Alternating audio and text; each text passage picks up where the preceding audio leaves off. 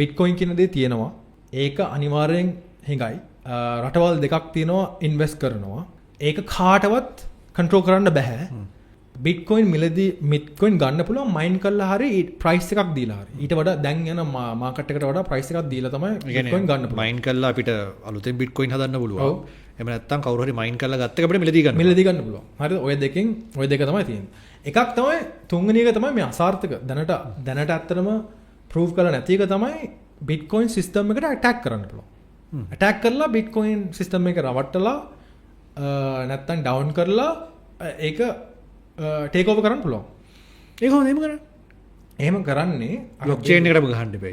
ඔව්. ඉතින් ඒක ප්‍රායෝගිකද කියලා අපි බලන්න එපා. ප්‍රායෝගික නැහැ. මේ ඔක්කොම කනෙක්ට් වෙනවා මම කියන්නේ එකට.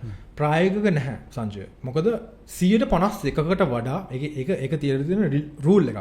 151කට වඩා සිස්ටම් එකේ තියෙන නෝඩ්ස් නැත්තම් මේ විහිදිලා තියෙන ජාලේ එක නෝඩ්ස් එයාගේ බලයට අරගන්න ඕනේ. හරිද?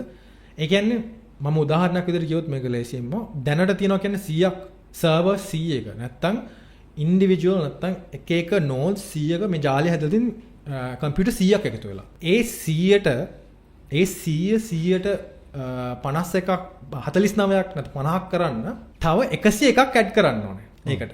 එතකොට තමයි ඔකට වැඩිපුර බලය එන්නේ. වැඩිපුර බලය එන්නේ.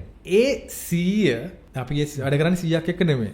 ලක්ෂ මිලියන ගණනක් එක්ක. අපිට ගණන් කරන්නත් බෑ කොච්චර තියෙනවද කියලා. සමහර ඒවා තියෙන්නේ මේ clear net. නැත්නම් නිකන් IP address ගාලා බලන්න බෑ. IP address අපිට ගණන් කරන්න පුළුවන් ගාන තියෙන්නේ 64000.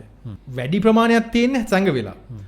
එතකොට අපි ඉස්සෙල්ලම බලන්න ඕනේ කොච්චර තියෙනවද කියලා nodes මුළු ලෝකෙම. ඒ වගේම දෙගුණයක් අපි හදන්න ඕනේ nodes control කරන්න. +1. හරිද? එහෙම කරන්න අවශ්‍ය නම් සංජය මුළු ලෝකෙම තියෙන විදුලි බලය අපි නිපදවලා ඒක එක තැනකට අපි මෙන්න මේ අරමුණට අපි යොදවන්න ඕනේ. මේ ලෝකෙම තියෙන විදුලි බලයටත් වඩා ඒක වෙන්නේ නැති වටක්. එහෙම ගියත් zero sum game එකක්. හරිද? මොකද වෙන්නේ? ඔයා එකපාර බිට්කොයින් 151 ගත්තට පස්සේ මුළු සිස්ටම් එකම ඔයා අතර ගන්නවා වටිනාකම අඩු වෙනවා. ඇයි කවුරුත් ඉන්වෙස්ට් කරන්නේ නැහැ එතකොට. දන්නවා මේක ඩිසෙන්ට්‍රලයිස් නැත්නම් විමර්ථකගත සිස්ටම් එකක් නෙමෙයි. එතකොට මේකට මොකක්ද වෙන්නේ? zero sum game එකක්. වැඩක් බහිනවා. එතකොට චයිනා නැත්නම් USA එහෙම දෙයක් කරලා වැඩක් නැහැ. මම ඒකට එන්න හදන්නේ.